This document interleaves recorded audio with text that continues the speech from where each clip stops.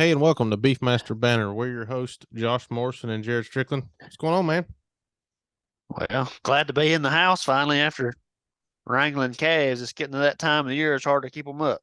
It is, I guarantee it. It's little grass growing. They're starting to feel good. The weather's warming up a little bit. I don't know about there, but it's starting to here a little bit. It got a little cold the last maybe the last week or so, but I Oh think yeah, we're it's been finally hopefully climbing out of this. yeah. I'm ready to.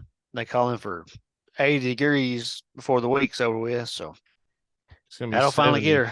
finally get her going. Because, like I said, them little calves are picking through the fence and all that. And I'm ready to have them have plenty to eat so they can stay in. Well, you sent me a picture the other day of some grass and it looked like I needed some of that.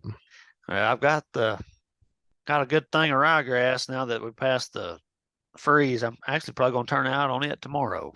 Oh, that'll be good. Yeah. That feels like a long time coming, don't Yeah, I've been waiting for it for a while. it? I can't wait to stand out there and listen to them munch. Dang right. That's what I would do. Just stand out there all evening now that we have more daylight and just feel better when the time changes. Yeah, it makes a difference. We want to start off tonight by thanking our sponsors. Lissy's Beef Masters. They had a great online genetics sale here a week or so ago. It was fantastic. Thank y'all for sponsoring the show. C&M Ranches, the Chick family. Thank y'all for sponsoring our show. Keep a lookout for their stuff. They've got some sales coming up, and probably I believe it's on the calendar in 25, but they sell all over the place all year, so keep a lookout. They've got some good stuff. We want to thank the Southeastern Beefmaster Breeders Association for your support. Be sure to come by and come to the convention and sale the weekend of the 26th of August. There's always good information, good speakers. It's good food, good time had by all. We also want to thank Clark Jones of Jones Beefmasters for supporting us, and also Emmons Ranch Beefmasters for supporting us. I do want to mention Jones Beefmasters. They have a few sales coming up. Their online genetics sale is coming up, I believe. Jared, do you know when that is? Uh, April the 5th and 6th. There it Or it is. opens April the 5th and closes April the 6th. Yes, some good stuff there. They're also will be consigning the Flint Hill Spring Classic April 20th and 21st. There'll be good bulls there for folks to choose from. Don't miss that. And their sale with Cottage Farms will be the Southern Tradition sale. It's in Savannah, Tennessee, June 24th, and that's always a good time. And they always make sure to feed you good. I want to go back and talk about these a few of these sales. We'll get to Emmons sale also, but the online genetics sale that they're having it with Cottage Farms, Bailey Farms, and Next Gen. And folks, if you've not been on the catalog, Jared and I went through it just before the show, and there's some really good genetics to be had. Yeah, there's something for everybody. Looks like to me. I mean, as many lots as they got, there's definitely something to pick from. From uh, female sex semen to heifer IVFs to conventional eggs to flushes to just about anything. Plus, you got four great programs there to pick from. You know, hey, whether you're new or been in a long time, they're what you consider, top of the line genetics. So there's definitely plenty to choose from. I definitely would check it out. Absolutely. There's heifer semen, sexed heifer semen, and there's also conventional semen in there too. So, like Jared said, there's something for everybody, and that's I feel like that's the way of the world. It's kind of where we're starting to head is more of that online route. I hope we always have the in-person sales. I enjoy going to them, but it's so convenient anymore for someone to get online and to bid and see videos and pictures. And as good as technology has gotten, it's a great thing. I'm just I would like to keep seeing I don't think we'll ever go away from it completely, but I enjoy going when I can. Well, that's neat. They're having these genetic sales. I'm kind of excited about everybody starting to offer those, and it makes it kind of like my dad was talking a while back. It's kind of bringing back some of the times where you know that kind of stuff was valuable, and and sold more of it, and it's kind of coming back full circle, So I kind of excited. New way of doing it, but it's pretty cool. Yeah, and it seems to be working. I mean, you look at the Lissy sale and some other sales that happened. I mean, it doesn't appear to affect it at all in a negative way. So it's always good to see, and to see good people succeed too. I want to go back to the Emmons also. They're a new sponsor. They have decided to sponsor us for a full year, so you'll hear their name every single episode, and you'll see them all over Facebook. And we do appreciate Mr. Steve and Mrs. Miss Cindy, doing that for us. And their bull sale is coming up this Saturday. So um, I guess this will release on Friday. It'll be so tomorrow. They will man, there's some really good bulls. I haven't went through all of them, but the ones I've went through, there is a stacked list of bulls in there if somebody needs one. Oh yeah, that I went through the video earlier, and there's something for everybody, and especially for the commercial man. There's a lot of you got a lot of black pole bulls in there too, and that's good to see for a lot of the commercial guys looking for that, and good variety, and definitely no short of good bone, good muscle, and correct type cattle that go out there and work. So I think they'll have a good sale. And it's cool to see the videos after they've come on and talk to us about what they have tried to do the entire time that they have bred beef masters. And I mean, you can just see, the proofs in the pudding, as I always say. But you can see they want to make bulls, and that's what they're doing, and it's really working. Yeah. I want to mention one thing too, going back to one of the sponsors of SEBA. We were actually here's my vice president's spiel here, but we're actually offering this year ads in the catalog. So if you're looking to sponsor or if you want to run an ad in our catalog, we're going to have those available. You can get with me or Josh or somebody with SEBA and get you some information on that. So I just want to put that out there too, for those looking to advertise. You will see Beefmaster banner in there, that's for sure. Oh. We've already decided we're going to have one in there, so be on the lookout for it too. Tonight, you've just got us if you haven't already figured that out tonight. We're going to talk a little bit about calving. I know calving season's probably pretty close to over for most people. I know it is. We're waiting on one more to calve. She was we held her a little later because she was a little younger, but maybe this would be the time to look back and maybe things didn't go so well for you. And you're looking back and say, man, I wish I'd have done something a little different. Hopefully this episode will help. And maybe you look back and went, man, that's pretty great, but maybe you can get something out of it. Maybe that one of us use that, we keep in our, I guess you'd say, calving box, and hopefully this helps everybody, even though it is a little late in calving season, but it's always good to look forward to the next time. Yeah. I mean, I guess you could say timing wise for spring calving, we might have done this episode in January, but we had some good ones for that. But I mean, looking on Facebook, I've noticed, and we were talking about this the other day, kind of where this episode kind of come from anyway, was so many people posting pictures of their baby calves. So there's probably still a lot of people calving right now, and it's a good, everybody's got their own reasons to calve at certain times of the year. Some people calve in January, some like March, some like May, some like September through the fall. So the main thing is to have you a season.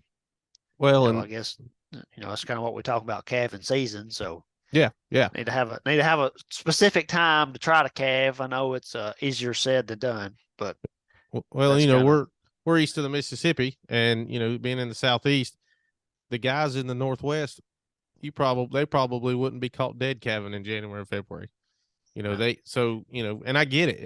It's all in where you're at. A lot of it has to do with that. And you still, around here, and I feel sure there, you still run into, issues with weather. I mean, it seems like they never want to calve when it's sunny. And they always want to calve at night. Yeah, and then they want to calve on a storm front or something like that. I got one cow. I promise she calves every year. It has to be storming. I mean, it's just something she does. I know when she's getting close. If I see in the forecast the storm's coming, I know she's coming that day. You And know then, what's about to happen. yeah, it's just funny how some of them are. Oh yeah, yeah. I mean, it happens. But let's talk a little bit of what's in our cabin boxes. Tell us what you keep on hand at all times when you're calving. Well, you can call it a box, a kit, whatever you want to call it. My recommendation is whatever you do, whatever you're checking cattle in, if it's a truck, side by side, on foot, whatever, you need to have a few things readily available. Um, Now we are talking about purebred cattle, so I think one of the most important things you need in calving season, uh, you need something to weigh the calves. So either be a tape, scale, whatever. I prefer the tape. Uh, to me, it's just easier. You can read studies and different things like that. Some say they're not accurate, and I agree with that. There's some differences there, but whatever you do, kind of make sure that you're using the same tool. So if you're using tape, use the tape on every one. If you're using a scale, use a scale on every one. I just like the tape. I fit it. I stick it in. I check my cattle in my truck, so I keep it in the door pocket. That way, it's right there. I come up on a calf or slip it in my pocket if I'm getting out walking around or whatever. And that way, you always got a way to weigh something. Uh, it just depends on that. But I'd also like to have some way to keep record. So it could be a little notebook, something to write something down. That way you write the weights down or cow numbers, calf number, whatever you want to do. But I've got to where I've got a little app on my phone called Calf Book. That way I can just type it in there and actually it's on the cloud. So that way me and dad share that app and that way he can get on there and see what I put in or I can see what he's put in. And so the record is the same, but the old trusty notebooks always a good way to go if you don't want to use the technology. Uh, Another thing besides those depends on if you want to tag them. You may want to carry tags with you. Uh, and also you always want to be prepared for the hard times, and you need a pair of chains and handles, and because it's not necessarily if you need it, it's going to be when you need it. You're going to use it at some point in time. If you got cows, you're going to have to pull a calf at some point. Uh, we always do the birth weight bulls and try to do all these things, but at some point you're going to pull a calf. I'd rather you have it than have to say, well, I got to go back to town or back home or whatever to go get it. Keep them with you. If you're expecting calves, they need to be on somewhere easy for you to get to. I think I think too, right quick, sorry to interrupt you, but No, you're fine. I think it's important to note just because you have to pull a calf doesn't mean you need to cull that cow. I think that's important to know because there's a plethora of reasons that you would have to pull a calf. You may have a one off, you may this year I had one with a leg back. It was one actually a heifer I bought from you, Jared. We talked about it, had a leg hung. Mm-hmm. I mean, there's nothing there's no fault there. And I've heard people in the past talk about, if you have to pull a calf, you need to get rid of her. And I don't believe that. I don't buy into it.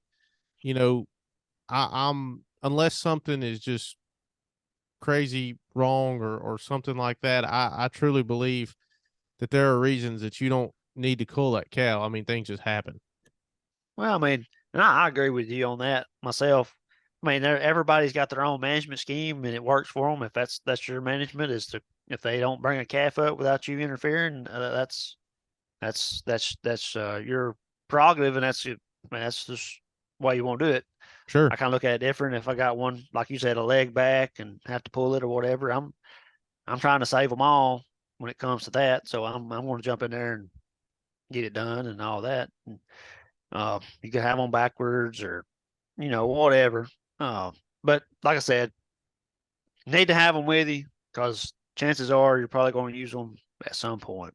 Uh, one that's got a particularly if you're calving heifers, you definitely need to have it. I mean, you're going to have it. Me and my buddy Wes and we calved out 40 Angus heifers this fall, and it was kind of one of them deals we knew we was going to have to pull one at some point, even though we've used a proven, surefire enough, 5-year-old calving age bull.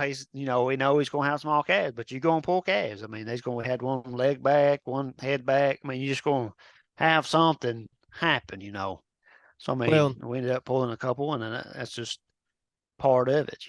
yeah, and I don't blame, and I maybe I should have, I guess, prefaced that what I said first, but I don't blame anybody for your practices on how you handle, manage your cattle. Like Jared said, it's nothing as far as that goes. But especially for the newer guys, because I'm still, and we've been in the breed 5 years or so, right at it, 4 or 5, but it's stuff that I'm seeing. I've learned a lot over that time, especially having to get a heifer up or a cow up or something, and helping her. And it was just, there's just things that I see that's no fault to the cow, at all.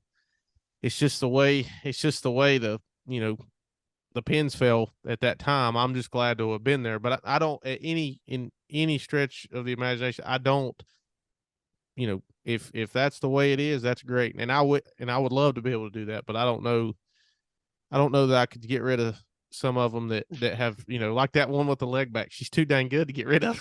Yeah. Well, I mean, it's just like, you get out in big country out west, a lot of times you're not going to be able to help them anyway because it's such a big place. But, Yeah. uh, you know, but kind of along the lines of that, since you are probably going to at some point have to do something like that, gloves is something to have in that box. Keep yourself clean. You don't want no cuts on your hands. And then, I'm not trying to say I'm a sissy or nothing like that, but I listened to a vet do a talk one time on what kind of bad bacteria is on the rear end of a cow, and that changed my mind on just getting right on in there with my bare hands. I don't blame you one bit.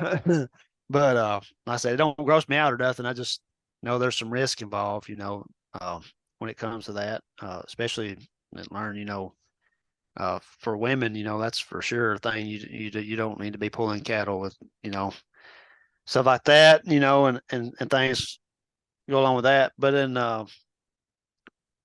something else to have on hand, not necessarily need to have it with you, but something that you need to have readily available is, something to tube a calf with if you need to, and obviously the colostrum to do that with. Like I said, you never know. Like we were just talking about earlier, you don't know when they're going to calve. They may calve on Sunday night at 9 o'clock. Well, there's may not be any way to get anything. So having something like that would definitely be good. And another thing, just kind of side tip might be to have some iodine or something like that, for wounds or the umbilical cord. That's a good way to help protect those calves, especially ones that you may not get their colostrum off to the right off the bat because of the infection possibility there. So that's something to kind of dry that up. That'd be something to have around. Uh, as far as Absolutely. I know, that's kind of what I have on hand. Sure there's other things have. Some people do vaccines right off the bat. I don't necessarily do that myself, but it's could be a good practice for those that have a lot of issues with things like that. Um, and then talking about having calving trouble, I was actually watching some kind of little video. I wish I could remember what the name but they got a calf and it wasn't doesn't have the nursing reflex. They tie a rope around it and squeeze it like it's going back through the birth canal. I think it might be good to have something like that around if you was to have something like that happen. Yeah. I mean, and, a lot of people don't, I can call a vet and have them here within 20 minutes, an hour tops. Normally it's 20 to 30 minutes for emergencies. A lot of people don't have that. And No, I feel very fortunate to be able to have that. Thankfully, I've learned enough that, like you said, if you have to pull a calf, if you have to doctor on one for a minute, I can do that. There's still a lot of stuff that I'm gonna go call the vet for. Maybe if you're in one of those areas, Jared, you've told me before that you're sort of in one of those areas. I mean, oh yeah, I mean most vets are. That's the thing. They're not gonna come out unless it's just a real emergency, and you just a lot of times have to beg for it. Uh, and that's just depending on how good you know the vet and things like that. sure. I work with extension. I get a lot of calls, calving issues and things like that, just because there's no vet to come out. sometimes I can go help, sometimes I can't. Just depends. But uh, Well, and it might be a good idea, if you're in one of those areas that maybe you can't get a vet to you that quick, you know, try to call a vet that get a vet that you trust, build a relationship with them. That way, if you have trouble, you can call them if you need them, and maybe over the phone they can talk you through some things to try to do. Unless it just oh gets yeah, that bad. But that would be, I guess, that would be a piece of advice from me. yeah, oh yeah, that's definitely a real good advice because I mean most good vets they've probably seen it all. You can explain to them what's going on, and they'll probably give you some good advice on how to fix it. And if you're a newer breeder that's kind of relatively new to cattle, I recommend getting with your extension agent or finding some type of beef course to go through, or even something online. Kind of give you different scenarios of having cattle or dystocia type deals, and give you some different scenarios to work through. That way, you kind of have an idea of what to expect. If you do find a problem, and that I definitely recommend that. Because the thing about it is, I know that's one question you had on here was why is it important, and it's important because you're gonna need it. I mean, Yeah, uh, absolutely. And it's important because this is why you have cattle. You've got to have those babies in order to sell them and make money. And if you're not able to, you know, have them or keep anything on hand in order to have them, it's hard to make anything with them. And you know, calving can be a stressful time of year. I mean, it's just it's part of it, but it is stressful. It's just that way. well, that's kind of one of them deals. It's stressful, but at the same time, you look forward to it every year because you're ready to see what kind of breeding decisions you made and how good you did or bad you did, whatever, however you want to look at it. But you're looking forward to it. That's something I'm looking forward to every year. But it does become stressful sometimes when you're having an issue. And a lot of times, most of the time cattle are bred to be economical cattle. So most of the time you're not gonna have any issues. But Absolutely. there are times that you will. And the more prepared you are for it, typically the better the outcome will be. Yeah, And that absolutely. kind of, we were talking a little bit earlier, I mean, going to calving, if you're calving heifers versus cows, there's a difference there. Obviously, you're probably going to pay a little more attention to the heifers or need to for sure. Uh, Chances of you pulling a calf out of a heifer over a cow is probably greater. So, uh, I definitely recommend if you have the luxury of having a place to get them up, uh, that's probably not a bad idea. That way you can but if you don't, have them in a closer quarter to way if you do have some facilities to get them up, if a problem does arise. Yeah, and there again, thankfully, we do have a place that, like this spring, I kept I was able to keep them up. I could see when they were getting real close, and I would put them in a pen in the barn. I've got a chute right there. I've got all my stuff, and funny enough, I've got a deer camera that we took out of the woods and put in front of the cows, so we could at least see some pictures. We would wake up 3 or 4 times a night just to check on them. Every couple hours, and you know, thankfully, I did that. And was able to do that because the one with the leg hung, I was able to get out there and help and get the calf on the ground. The calf's running around out here, healthy as can be, and there. And I told my wife that morning, it was like, I think we pulled it at like 4 o'clock that morning, and I told her, I said, as tired as I am, there is no better feeling in the world than helping this situation and having the outcome of watching that calf run around out there. I mean, Uh, it's a great feeling. Obviously it's not a very good feeling when it goes the other way, and it does go the other way at times. well, But, and if you can't, just like you said, Jared, if you can't get them up or you don't have anywhere to really keep them, just keep a really good eye on them. I mean, like you said, 9 times out of 10, there's no trouble, but every once in a while, you're going to have a little bit of trouble. yeah, and like you said, keep an eye on them is a big thing. A lot of times, looking back on my bad experiences with calving, is usually when something has happened, and I obviously with everybody you get busy, at work or whatever. Say that cow started calving at 8 o'clock in the morning or something, and I'm at work and don't check on them till 5 o'clock that evening. Well, if problem was bad. Bad's problem when I get there. You know what I'm saying? Cows Bad is worse. bad is worse. So keep an eye on them is definitely like kind of like with your deal. You were able to, be able to check on them in the middle of the night or however you got your setup there and able to intervene before it become even more of a problem. So time is the essence sometimes. Kind of a rule of thumb some people use is if there's no progress within an hour of, not say when they first start, but if there's no progress for an hour, usually it means it's time to maybe look at getting involved. Yeah, yeah. And I used to do every 15, I wanted to see some progress every 15 to 20 minutes, but I've switched that last year to 45ish minutes to an hour because I realized myself and it was partly because I didn't, we hadn't had a ton of heifers. Partly because that can take a little while. That process can take a little bit. So I've switched my up to where I check them, during the day I may go a little longer. And you may, there's people out there that cannot check their cows all day every day and I get it. And you got work, you got to work and and everything. So just as long as you get a program that works for you. It doesn't have to work for everybody else. If it works for you, then do it. What I do may not work for Jared and vice versa, but it works for me and it's been working. So until it doesn't work, I'm just gonna try to keep on keeping on, I guess. Yeah, that's the name of the game is keep on keeping on. Yep, and having those babies.